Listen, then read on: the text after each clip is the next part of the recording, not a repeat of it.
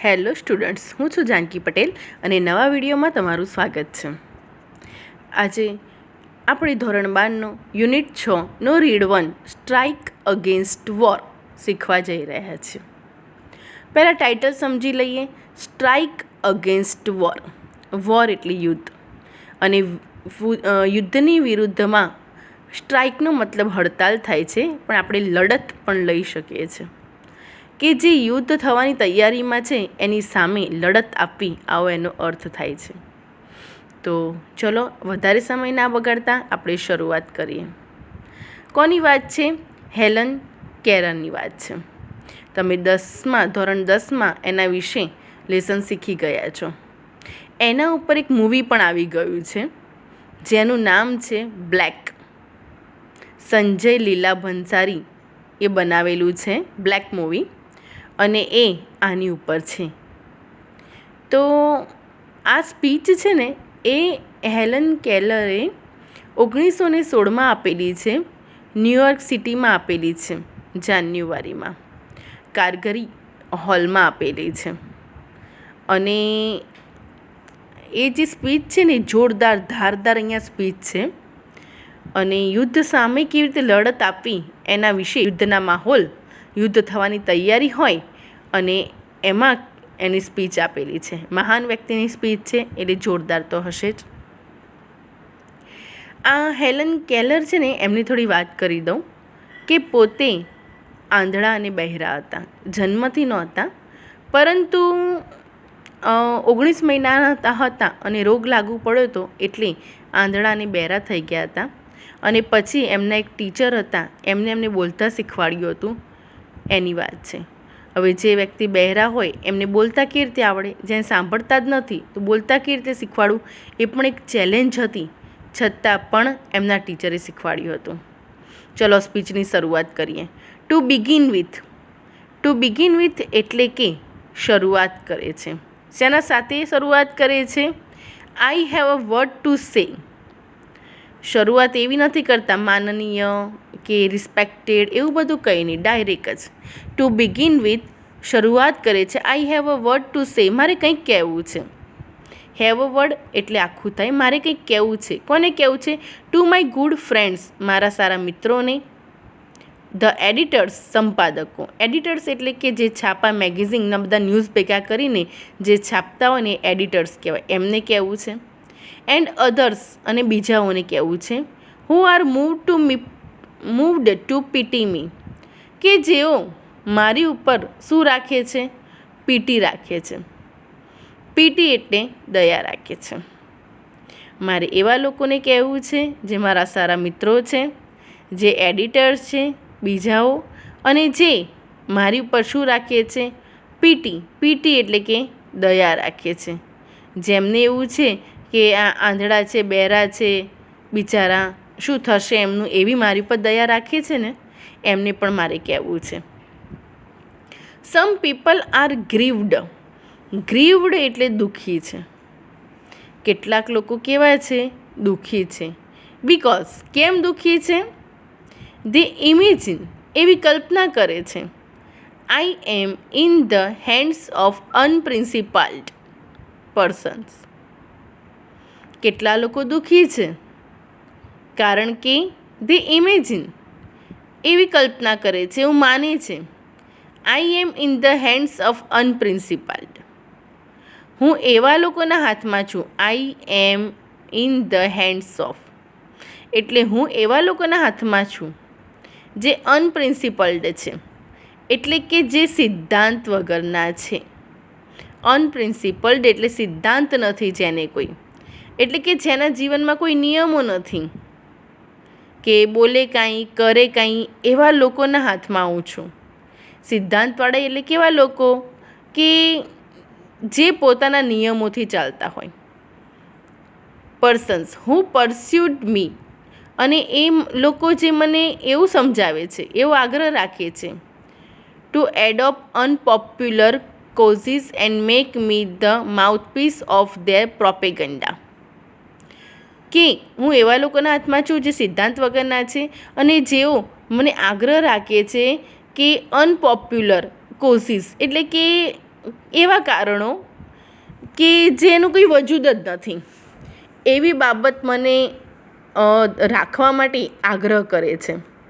And make me the માઉથપીસ એટલે મુખોટું, કે હું આગળ પડીને એમના વિશે પ્રોપેગન્ડા એટલે પ્રચાર કરું એવું લોકો સમજે છે અને એવું ધારીને લોકો દુઃખી થાય છે કે હું એવા લોકોના હાથમાં છું જેમના કોઈ સિદ્ધાંતો નથી, કે એવા લોકો મને આગળ રાખે છે કે વજૂદ વગરના કામો કરાવવા માટે અને મને મુખોટા તરીકે મારો ઉપયોગ કરે છે કે એમના વતી હું પ્રચાર કરું. પણ ખરેખર એવું છે નહીં, એવું કંઈ છે નહીં.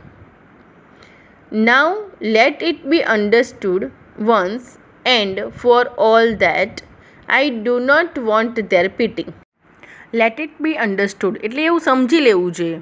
ફોર ઓલ ધેટ એટલે કાયમ માટે, અત્યારે અને પછી સમજી લેવું જોઈએ. I do not want their pity, મારે કોઈ પીટીની જરૂર નથી, મારે તેઓની દયાની કોઈ જરૂર છે નહીં, મારી ઉપર દયા રાખવાની કોઈની જરૂર છે નહીં. I would not change places with one of them, અને હું એ લોકોની જગ્યા ચેન્જ કરીશ નહીં એટલે લઈશ નહીં. મારે કોઈની જગ્યા લેવી નથી. જે લોકો કેવા છે, અનપ્રિન્સિપલ્ડ છે, અસિદ્ધાંતવાદી છે, તો મારે એમની જગ્યા પણ લેવી નથી અને મારે કોઈની દયાની પણ જરૂર છે નહીં. એટલે કે મારે કંઈક મહાન વ્યક્તિ નથી બની જવું કોઈ બીજાની જગ્યા લઈને, કે મારે સરપંચ થઈ જવું છે, વડાપ્રધાન થઈ જવું છે, મારે કંઈ નથી થવું. એ એડિટર્સ ને બધા છે તો મારે કોઈની જગ્યા નથી લઈ લેવી, હે ને. હું જે છું એ બરાબર છું. I know what I am talking about, અને મને ખ્યાલ છે હું શેના વિશે વાત કરી રહી છું. My sources of information are as good and reliable as anybody's else.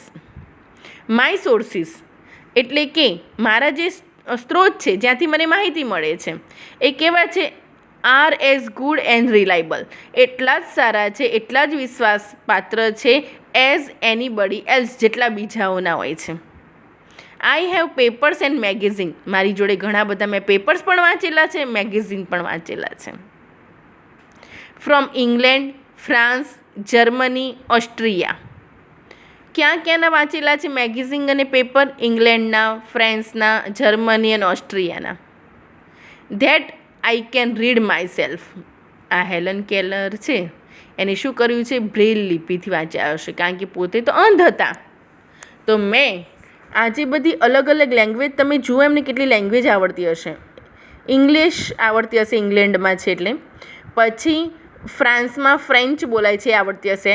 German અને ઓસ્ટ્રિયા બંનેમાં જર્મન બોલાય છે. તો આટલી બધી લેંગ્વેજ એમને આવડતી હશે, કારણ કે લખ્યું છે that I can read myself, કે મારી જાતે હું વાંચી શકું છું. Not all the editors I have met can do that. હું કેટલાય એડિટર્સને મળી છું, તંત્રીઓને મળી છું, હે ને. એ એટલું નથી કરી શકતા, એ લોકો નથી એમની જાતે વાંચી શકતા. એટલે કે ફ્રેન્ચ અને જર્મન બધાને ના આવડતી હોય. Quite a number of them have to take there French and German second hand.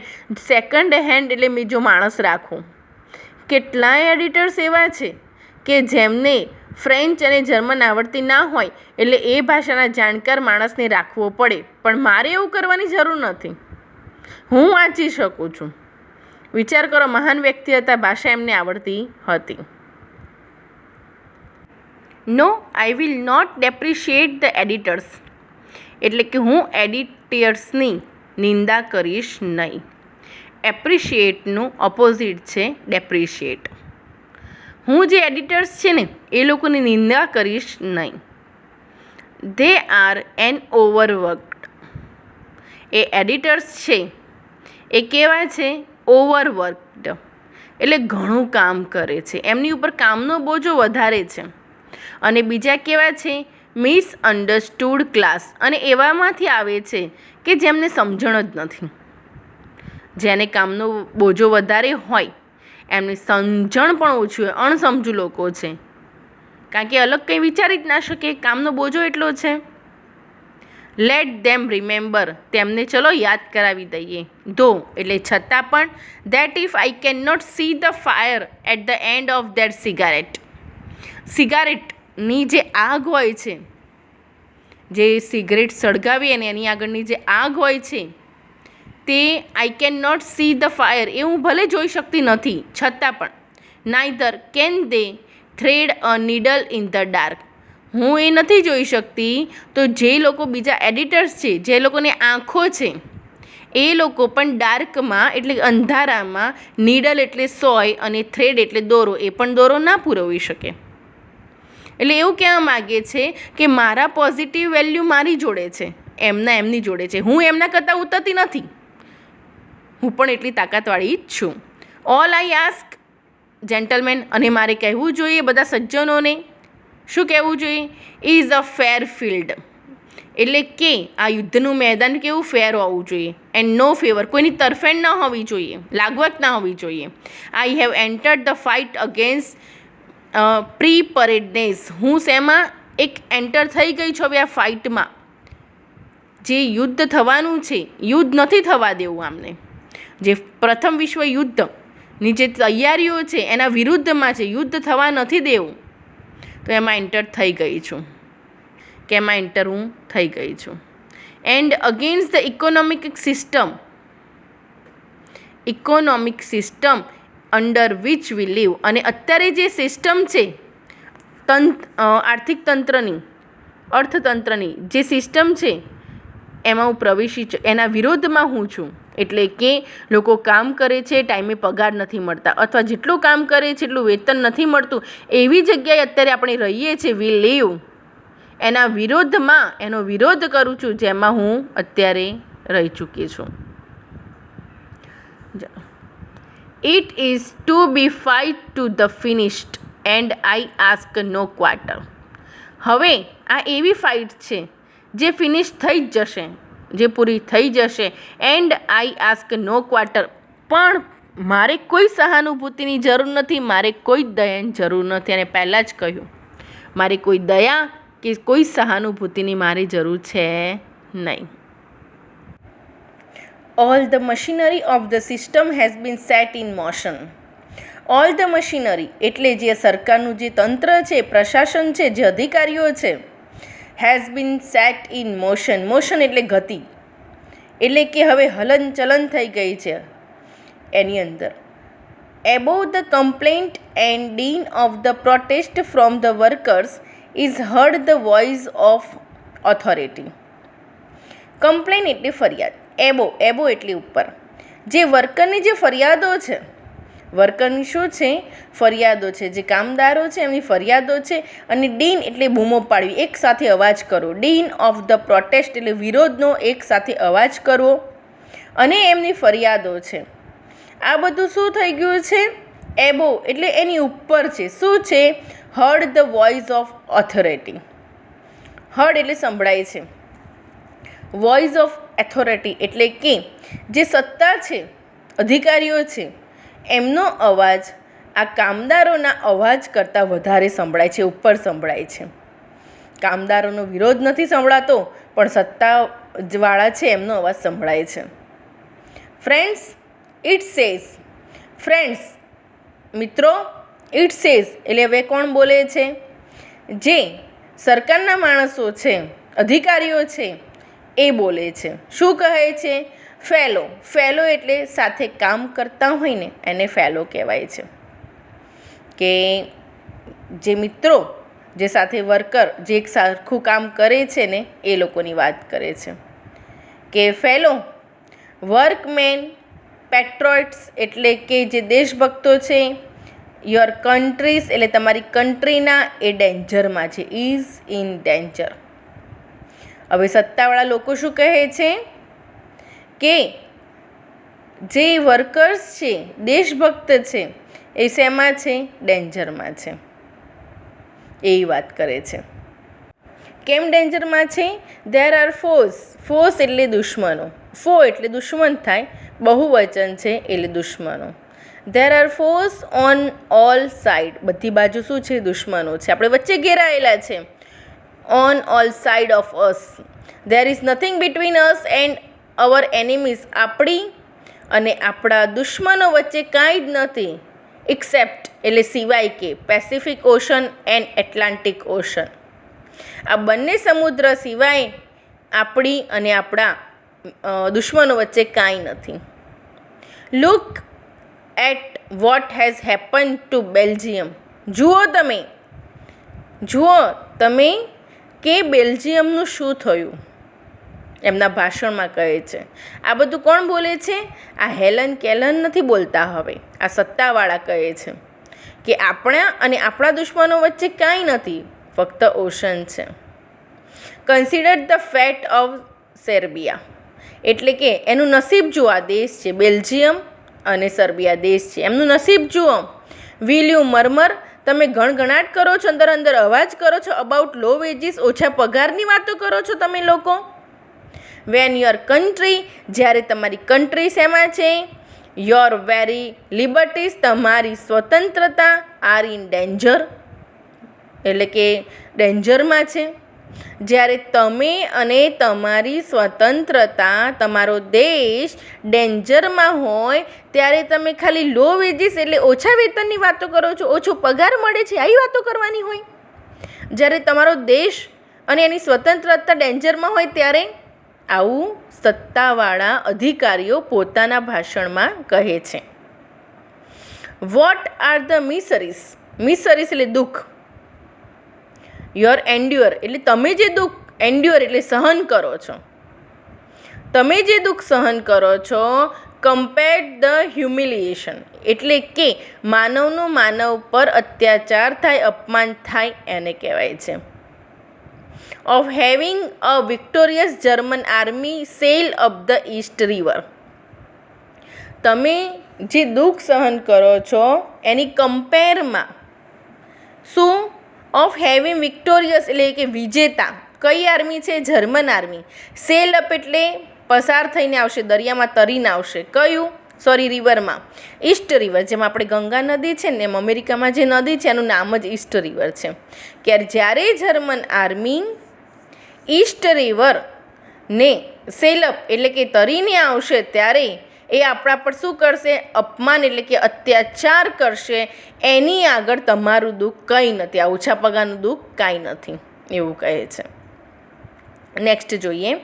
Quit your ગ્રમલિંગ, ફરિયાદો કરવાનું છોડી દો. ક્વિટ છોડી દો હવે. ગેટ બિઝી એટલે કામ કરો. Prepare to defend your fireside and your flag, તમારા દેશને બચાવવા માટે, તમારી બંને સાઈડને બચાવવા માટે કામ કરો. તૈયાર થઈ જાઓ. આ બધી ફરિયાદો કરવાનું તમે હવે છોડી દો, બિઝી થઈ જાઓ. ગેટ એન આર્મી, આર્મીમાં જોડાઈ જાઓ. ગેટ અ નેવી, નૌકાદળમાં જોડાઈ જાઓ.